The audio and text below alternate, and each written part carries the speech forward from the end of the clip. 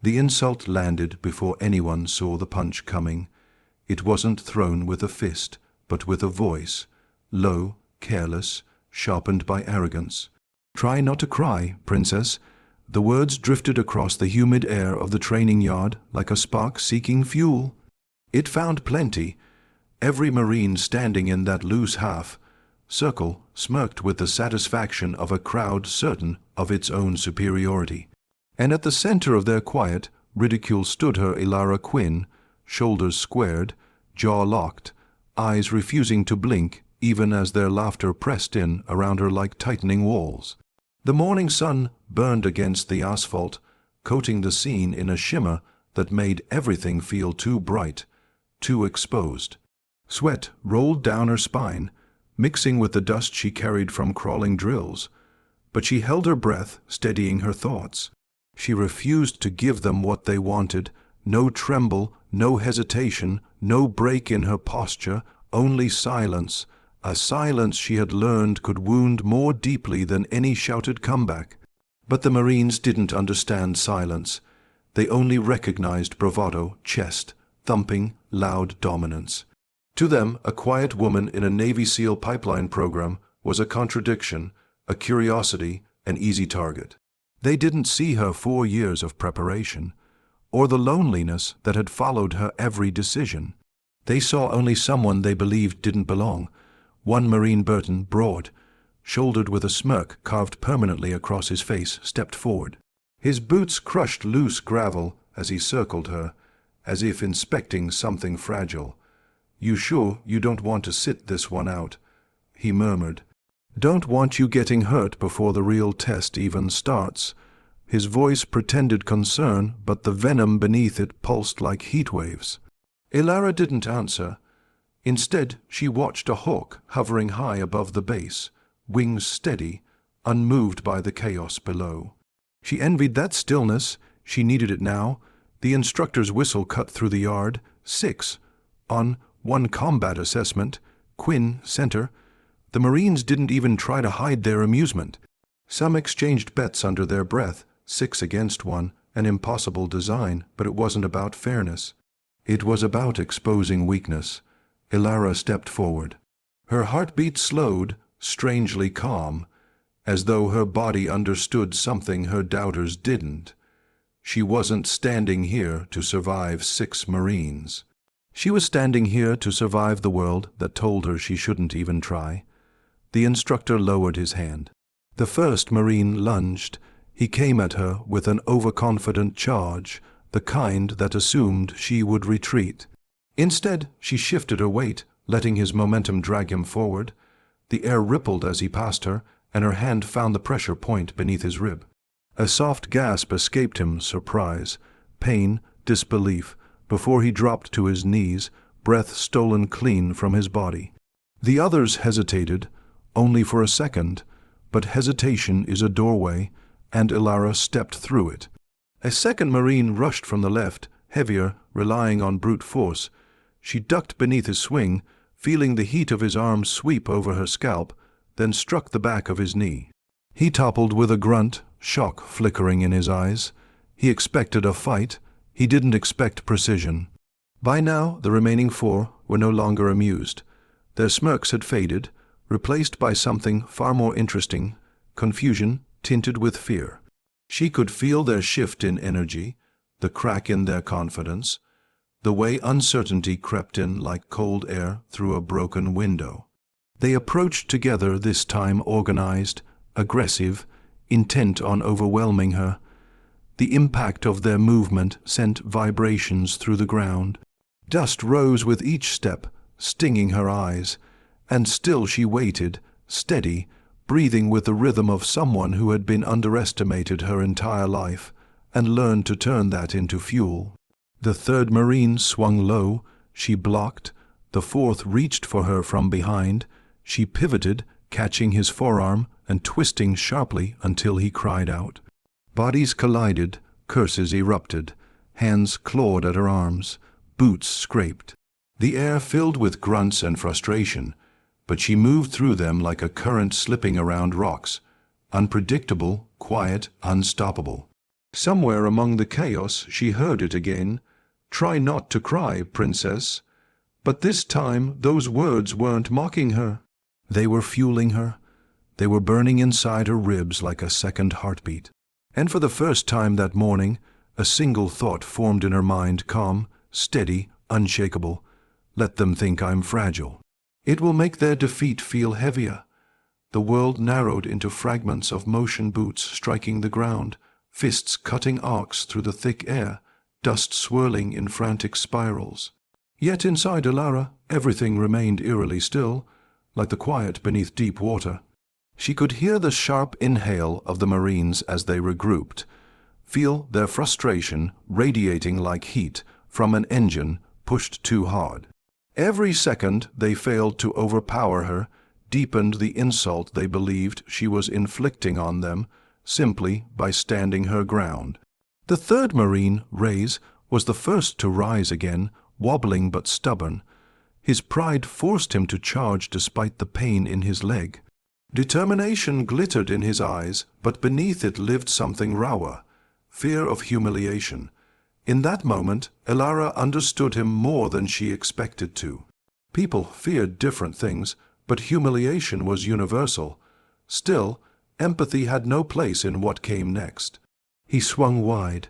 She stepped inside the arc of his arm, sidestepping the force while guiding his momentum forward. His body twisted awkwardly, and he crashed into the dirt once more, the groans slipping from him heavy with disbelief.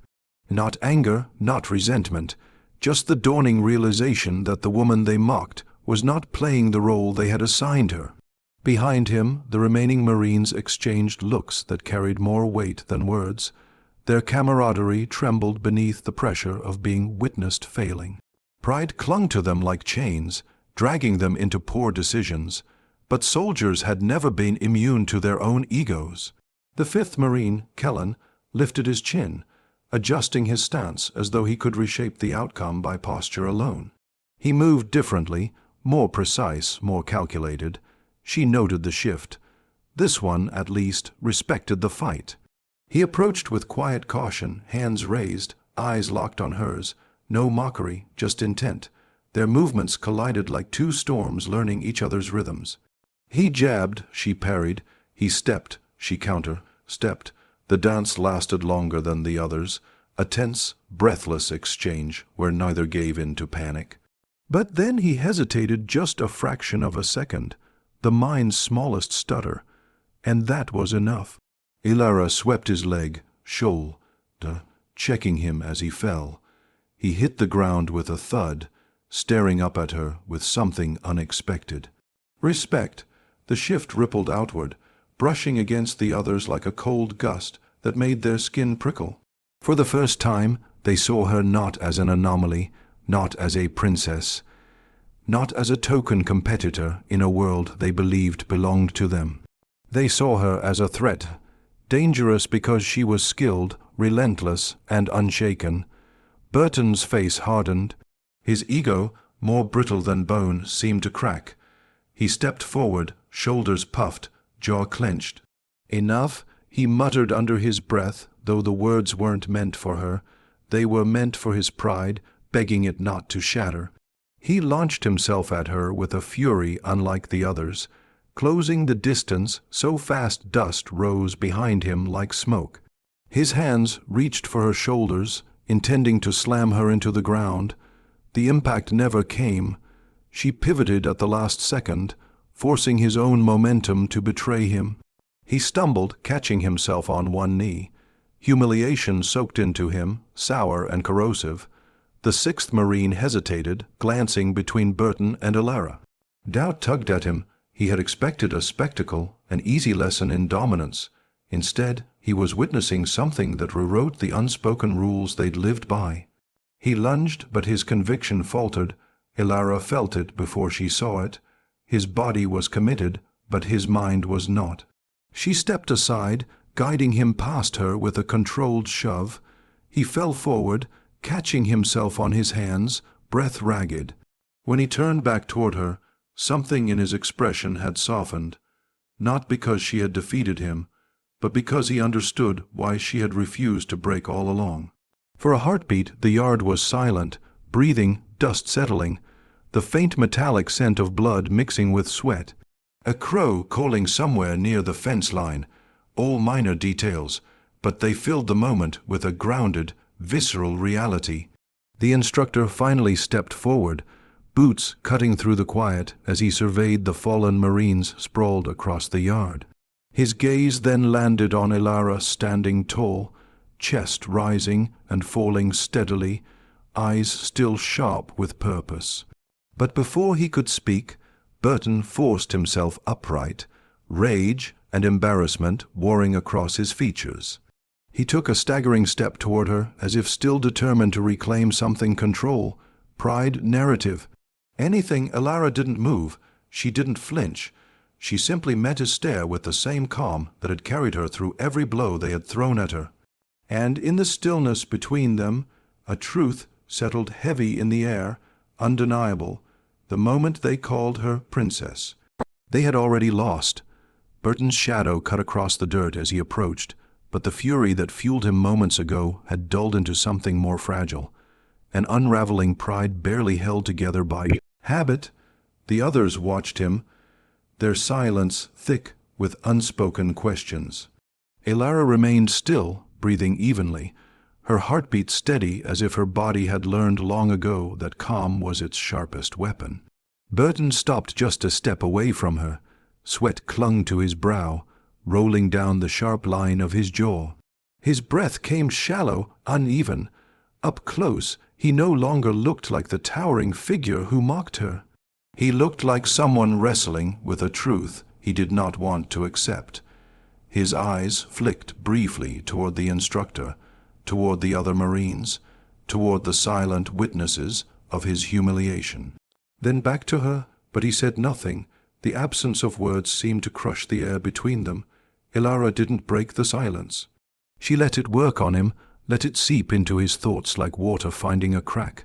She had learned long ago that silence could be a mirror, one that forced people to confront their own reflection. And right now, Burton was seeing a version of himself he didn't know how to face. The instructor finally intervened, his voice low and level. Assessment complete. He didn't look at the fallen Marines in disappointment or anger. He looked at them as if the truth had simply arrived sooner than expected. His gaze lingered on Elara with a quiet acknowledgement one earned, not gifted, but the story didn't end with the instructor's words. The next phase of training began that afternoon in a different part of the base, a clearing surrounded by tall pines that hummed with wind. Clouds hung low, swelling with the threat of rain. The air felt colder, carrying the earthy scent of wet soil and old roots. The atmosphere shifted from raw aggression to something more subtle, more psychological. This wasn't a combat test. It was endurance, a long, distance navigation drill through mixed terrain, completed in teams except Elara was assigned to run it alone. Not by punishment, not by oversight, by design. The instructors knew what the Marines had failed to understand. She didn't need a team to survive. But the others needed to learn what it meant to fall behind someone they believed they could defeat. The Marines stood at the starting point, adjusting their packs, muttering to each other in tones meant to exclude her. Some glanced her way with lingering resentment, some with uneasy respect, and some, like Kellen, who had fought her hardest, with something close to curiosity. Burton refused to look at her at all. The whistle sounded, bodies launched forward. Elara didn't sprint. She didn't need to. She moved with measured efficiency, her steps sure, her breath controlled. The forest swallowed the group quickly, branches scraping fabric, leaves whispering beneath boots, the scent of pine thick in the air. The world narrowed into the rhythm of effort, the crunch of earth, the protest of muscle, the stubborn persistence of will. Within minutes, the group fractured, some Marines pushing hard to stay in the lead, others pacing themselves. But as the trail snaked upward into steeper terrain, the truth became unavoidable. Elara wasn't falling behind. She was gaining ground, the incline sharpened, stones shifting beneath their feet. Sweat dripped down temples and necks, mixing with dust. Burton gritted his teeth, pushing harder. He could hear her footsteps behind him, light, efficient, unburdened by pride. Every time he quickened his pace, the sound followed, steady and calm, like a shadow that refused to be outrun. This psychological pressure grew heavier than any pack they carried. One by one, the Marines who once mocked her began to falter, not because they lacked strength, but because their certainty had cracked, and cracks let in doubt. Ilara passed Ray's first, then Heron, then the 6th Marine, whose name she barely caught during introductions. Each time she passed someone, she offered no triumphant glance, no smirk, no acknowledgement at all. She simply moved forward. Kellen was the only one who held pace with her longer. His breathing was labored, but his steps were disciplined, mirroring hers with a quiet determination. When she eased past him on a narrow bend in the trail, he didn't fight it. He simply nodded, an unspoken admission of respect, and let her go. That left Burton. The trail widened as it reached the ridge, opening to a stretch of wind-scoured rock where the horizon rolled out in sweeping gray layers. Clouds churned above them, heavy with unspilled rain. Burton pushed forward with everything he had left, lungs burning, legs trembling. But for all his effort, Ilara was closing the distance, her breath steady, her gaze fixed forward. Burton stumbled. Just a small misstep, a slip of his boot on loose gravel, but enough. His balance broke, and momentum dragged him sideways toward the edge of the ridge. For a split second, panic flashed across his face. He flailed for stability, fingers clawing at empty air. Ilara was beside him before he could fall. She caught his arm, her grip iron, strong, anchoring him with a force that didn't match her size. Burton froze, shock rippling through his entire body. Her hand held him firm, steady, grounding him against the pull of gravity and fear. For the first time since the day began, he looked at her not as an opponent, but as someone who had just saved him. And that was the moment he finally understood the weight of the words he once threw at her. "Try not to cry, princess." He had meant them to belittle her. But now, suspended between fall and rescue, he felt something unfamiliar tightening in his chest, something that felt a lot like shame. For a heartbeat, the world held its breath. Burton's weight hung in the balance, half gravity, half shock, suspended between the drop beneath him and the steady grip anchoring him to safety. The wind swept across the ridge with a low, trembling hum, pushing loose pebbles over the edge and sending them cascading into the valley far below. Burton stared at the dropping stones, then at her hand clutching his forearm, small, steady, immovable. Ilara didn't strain. She didn't grunt or grimace. She simply held him, her stance solid, her eyes unflinching. The stillness around them carried an almost sacred quality, as if the mountain itself were watching, waiting to see whether the moment would break the man or rebuild him. "Stand," she said softly, not an order, not a reprimand, an invitation. Burton swallowed, breath shuddering as he pulled himself back onto the trail. When his boots finally met stable ground again, he staggered once, then steadied. He didn't let go of her arm immediately. Instead, he lingered, as if needing a second to accept that the person he tried to belittle was the one who pulled him away from the edge, literally and otherwise.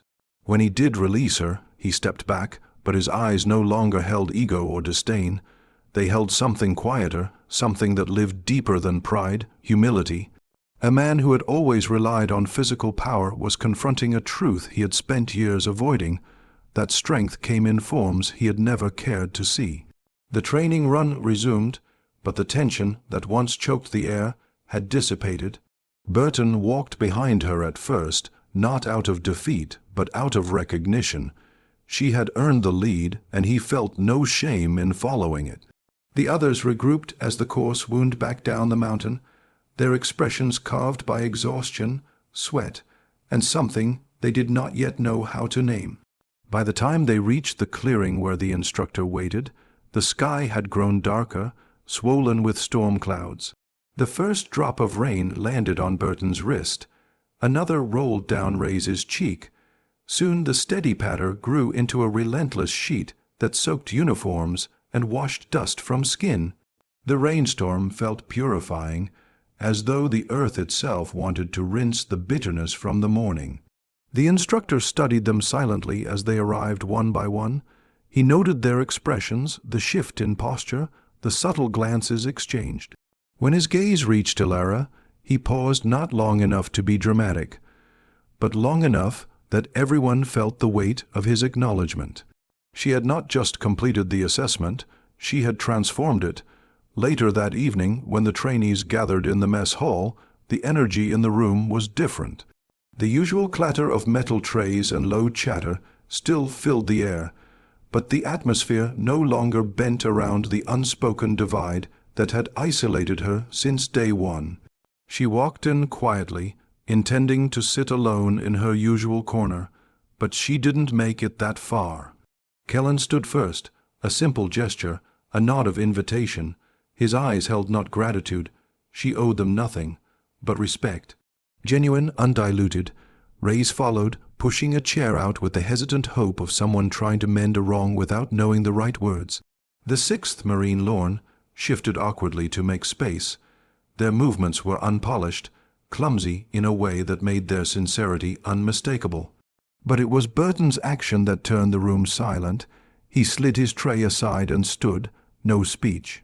No apology, just a step toward her, a step away from who he had been that morning. He held her gaze for a long moment. Rainwater still clung to his hair and collar, drying slowly in uneven streaks. His eyes, stripped of arrogance, reflected something raw and unguarded. He didn't ask for forgiveness, he offered acknowledgement, the kind that mattered. Ilara accepted it with a quiet lowering of her head before joining them at the table.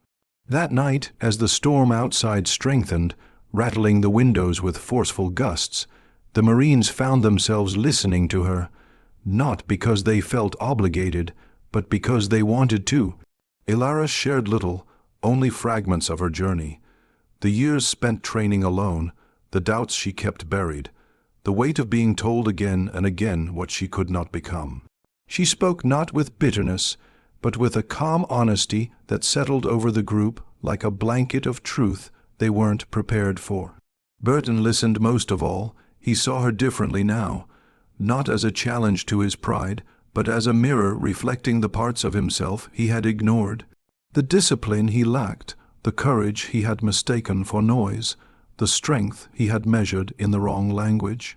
Thunder rumbled outside, but the room felt warm, steadied by the fragile beginnings of a camaraderie that had finally found solid ground.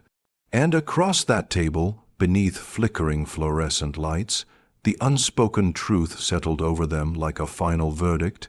They had mocked her as a princess, but she never needed a crown. She had built her throne out of grit, silence, and undeniable strength. And in the end, not one of them could deny the simple, irrefutable fact: she was the strongest of them all.